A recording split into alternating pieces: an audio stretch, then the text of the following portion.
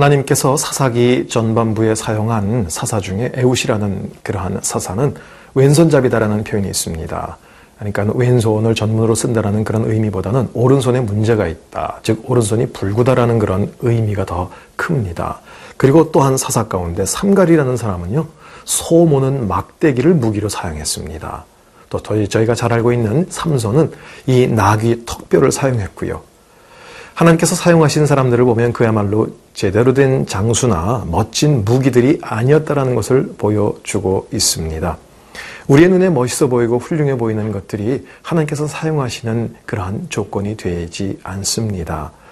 세상이 보기에 정말 쓸데가 없고 나약해 보인다 할지라도 하나님의 손에 잡힌 바가 된다고 한다면 하나님께서 그것을 통해서 멋지게 사용하실 수 있다는 것입니다. 요즘 세상에 많은 사람들은 스펙을 준비하기 위해서 분주합니다. 그러한 스펙보다 더 중요한 것은 정말 내가 하나님 앞에 겸손함으로 무릎 꿇고 있는지, 그리고 정말 하나님께서는 나를 통해서 이 땅 가운데 아름다운 놀라운 주님의 역사를 베푸기를 원하신다라는 그런 고백을 하고 있는지, 그것이 더 중요합니다. 세상의 스펙보다 더 중요한 하나님과의 관계, 오늘 여러분 가운데 주어진 숙제입니다.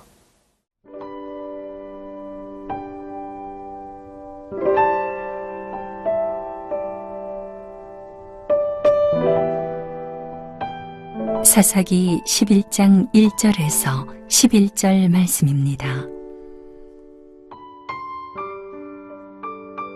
길르앗 사람 입다는 큰 용사였으니 기생이 길르앗에게서 낳은 아들이었고 길르앗의 아내도 그의 아들들을 낳았더라. 그 아내의 아들들이 자라매 입다를 쫓아내며 그에게 이르되 너는 다른 여인의 자식이니 우리 아버지의 집에서 기업을 잊지 못하리라 한지라. 이에 입다가 그의 형제들을 피하여 돕 땅에 거주하매 잡류가 그에게로 모여와서 그와 함께 출입하였더라. 얼마 후에 암몬 자손이 이스라엘을 치려 하니라.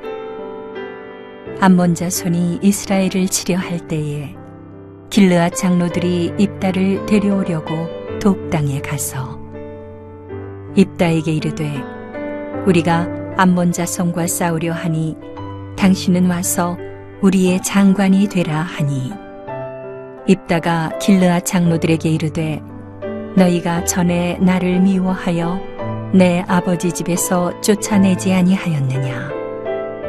이제 너희가 환난을 당하였다고 어찌하여 내게 왔느냐 하니라. 그러므로 길르앗 장로들이 입다에게 이르되 이제 우리가 당신을 찾아온 것은 우리와 함께 가서 암몬 자손과 싸우게 하려 함이니 그리하면 당신이 우리 길르앗 모든 주민의 머리가 되리라 하매 입다가 길르앗 장로들에게 이르되 너희가 나를 데리고 고향으로 돌아가서 암몬 자손과 싸우게 할 때에 만일 여호와께서 그들을 내게 넘겨주시면 내가 과연 너희의 머리가 되겠느냐 하니 길르앗 장로들이 입다에게 이르되 여호와는 우리 사이의 증인이시니 당신의 말대로 우리가 그렇게 행하리이다 하니라. 이에 입다가 길르앗 장로들과 함께 가니 백성이 그를 자기들의 머리와 장관을 삼은지라. 입다가 미스바에서 자기의 말을 다 여호와 앞에 아뢰니라. 1절부터 3절까지 같이 보도록 하겠습니다. 길르앗 사람 입다는 큰 용사였으니 기생이 길르앗에게서 낳은 아들이었고 길르앗의 아내도 그의 아들들을 낳았더라. 그 나의 아들들이 자람에 입다를 쫓아내며 그에게 이르되 너는 다른 여인의 자식이니 우리 아버지의 집에서 기업을 잊지 못하리라 한지라. 이에 입다가 그의 형제들을 피하여 돕 땅에 거주하며 잡류가 그에게로 모여와서 그와 함께 출입하였더라. 자, 입다에 대한 소개가 되고 있습니다. 1절 한 구절을 통해서 우리는 입다가 어떠한 삶을 살았는지 알 수 있죠. 이 구절에는 아주 상반되는 두 가지 표현이 있습니다. 큰 용사라는 단어와 기생의 아들이라는 단어, 서로 어울리지 않는 그런 단어가 있습니다. 기생이 낳은 아들로서 큰 용사가 되는 것이 쉽지 않았을 것입니다. 또 형제들에게 무시를 당하고 쫓겨나가서 돕 땅에 나가서요, 그 땅에 나가서 고생스러운 인생을 살았을 것입니다. 참 이렇게 큰 용사가 되기까지 쉽지 않은 그러한 모든 기간들이 있었겠죠. 어떻게 이렇게 큰 용사가 됐을까? 저는 이 이름, 입다라는 이름에 비밀이 있다고 생각이 됩니다. 이 이름의 뜻은 하나님이 여신다라는 그런 의미가 있습니다.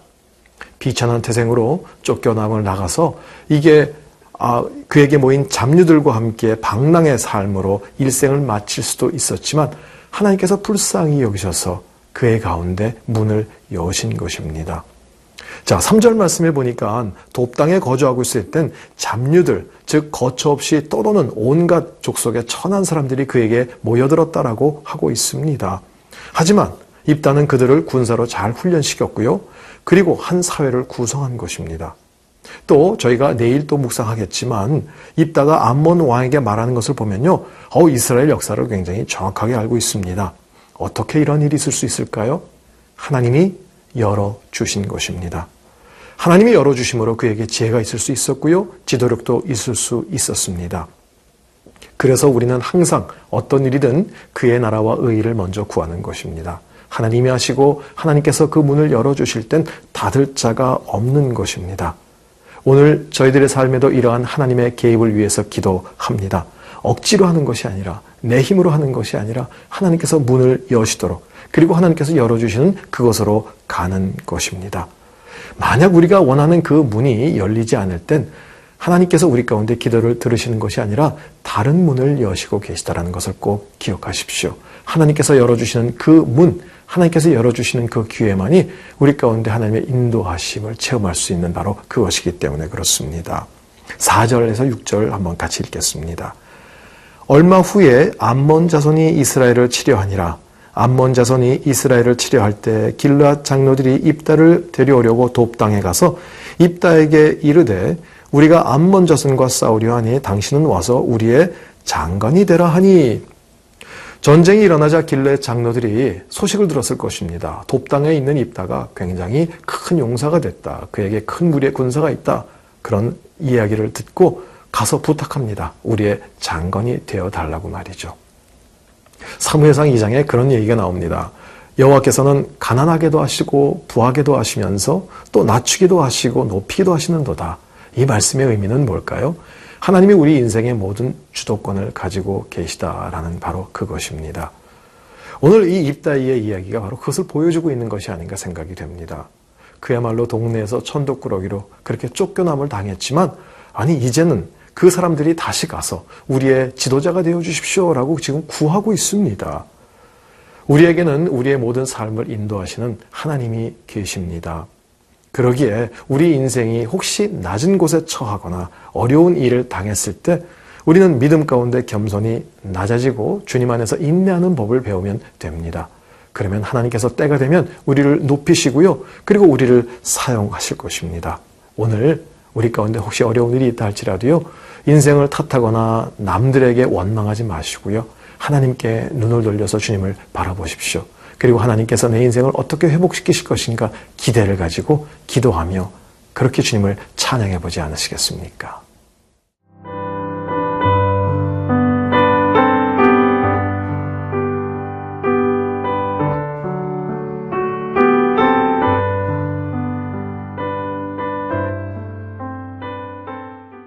(7절) 말씀을 보겠습니다.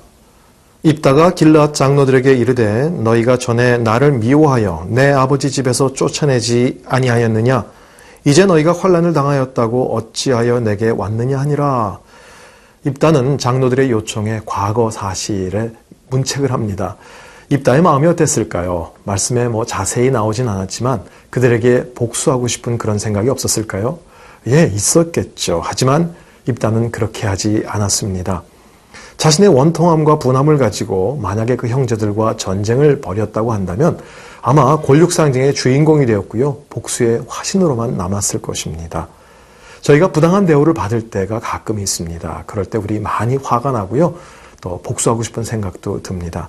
그럴 때 정말 주님 앞에서 하나님이 주시는 인내를 가지고 잠잠히 기다릴 줄 아는 것, 그것이 우리 가운데 필요한 훈련의 하나가 생각이 됩니다. 자, 여러분 가운데 혹시 억울한 일을 당하고 계십니까? 또 분함 때문에 잠을 이루지 못할 정도로 너무너무나 힘든 시간을 보내고 계십니까? 정말 그럼에도 불구하고 주님의 도우심으로 잠잠한 시간, 참아내는 시간을 가질 수 있기를 바랍니다. 절대로 그 분노의 그 폭발력을 가지고요, 남들을 해하지 마십시오. 우리가 악을 대할 때 선으로 악을 갚으라라고 말씀하셨습니다. 그렇게 할 때 하나님의 개입과 함께 하심이 있을 것입니다. 하나님이 계시기 때문에, 정말 주님 때문에 우리가 누군가 나의 오른편 뺨을 때렸을 때 왼편까지도 돌려대는 그러한 여유와 넉넉함이 있기를 바랍니다. 8절부터 10절 한번 또 보겠습니다. 그러므로 길르앗 장로들이 입다에게 이르되 이제 우리가 당신을 찾아온 곳은 우리와 함께 가서 암몬 자손과 싸우게 하려 함이니 그리하면 당신이 우리 길르앗 모든 주민의 머리가 되리라 하며 입다가 길르앗 장로들에게 이르되 너희가 나를 데리고 고향으로 돌아가서 암몬 자손과 싸우게 할 때에 만일 여호와께서 그들을 내게 넘겨주시면 내가 과연 너희의 머리가 되겠느냐 하니 다시 한번 또 장로들에게 묻습니다. 그 부탁 가운데 정말 내가 너희들의 지도자가 될 수 있겠느냐라는 것. 그런데 오늘 이 입다의 고백 가운데 눈여겨보고 싶은 것은요, 여호와께서 그들을 내게 넘겨주시면 이라는 고백이 있습니다. 이 전쟁이 자기의 능력이나 군사력이 있지 않다는 것 입다는 잘 알고 있습니다. 그리고 정말 하나님의 손이 함께 하셔야만 이 모든 전쟁 가운데 이길 수 있다는 고백과 선포가 있습니다. 아니 어떻게 이 시대에 입다가 이러한 고백을 할 수 있었을까요? 더군다나 그가 거하고 있던 돕 땅은 이방 땅입니다. 쉽게 타락하고 우상 가운데 빠질 수 있는 그러한 땅임에도 불구하고 입다는 전혀 그렇지 않았다라는 것입니다. 여러분, 지금 저희가 사는 시대 굉장히 위험한 시대라고 얘기하고 있고요. 실상 또 그러한 일들이 굉장히 많이 있습니다. 하지만 그러한 가운데 우리는 어떤 모습으로 살아가고 있는지요? 의인은 세상이 어두울수록 더 빛나는 것입니다. 자그마한 빛이라 할지라도요, 세상이 컴컴해질수록, 주위가 컴컴해질수록 더 그 빛이 드러나게 되는 것입니다. 오늘 하루 정말 세상을 비추는 그런 하나님의 빛으로 살 수 있기를 바랍니다. 11절 말씀 또 보겠습니다. 이에 입다가 길르앗 장로들과 함께 가니 백성이 그를 자기들의 머리와 장관을 삼은지라 입다가 미스바에서 자기의 말을 다 여호와 앞에 아뢰니라. 입다는 미스바에서 자기의 말을 여호와 앞에 다 아뢰었다라고 기록되고 있습니다. 이 의미는 이것이 공식적으로 입다가 지도자가 된 것이 선포가 되었다라는 그런 의미가 있겠고요. 또 하나, 그 모든 상황을 하나님께 그대로 말씀드렸다라는 것도 거기에 포함이 됩니다. 다시 한번 말씀드립니다만 입다는 이 모든 전쟁이 하나님께 속한 것임을 알고 있었을 뿐만 아니라 그 모든 진행 상황을 하나님께 고했다라는 것입니다. 자, 하나님이 원하시는 것은 바로 이것입니다. 능한 전사, 큰 용사이지만 자신의 힘만 의지하지 않았다라는 것입니다. 여러분, 우리의 삶의 모든 것을 하나님께 고하고 계십니까? 하나님께 다 아뢰고 계십니까? 하나님은 그것을 듣고 그리고 개입하시고 인도하시기를 원하시는 것입니다. 그러한 분이 우리의 여호와 하나님이십니다. 기도하겠습니다. 하나님, 우리 주변에 일어나고 있는 어떤 일이든 우리가 하나님께 구하고 고할 수 있게 허락하시고, 하나님 어떤 상황에서든 하나님과의 관계가 끊어지지 않게 허락하여 주시고, 세상이 힘들수록 더 깊은 하나님과의 관계를 통해서 큰 힘을 얻는 저희들이 될 수 있도록 도와주시옵소서. 예수님의 이름으로 기도합니다. 아멘.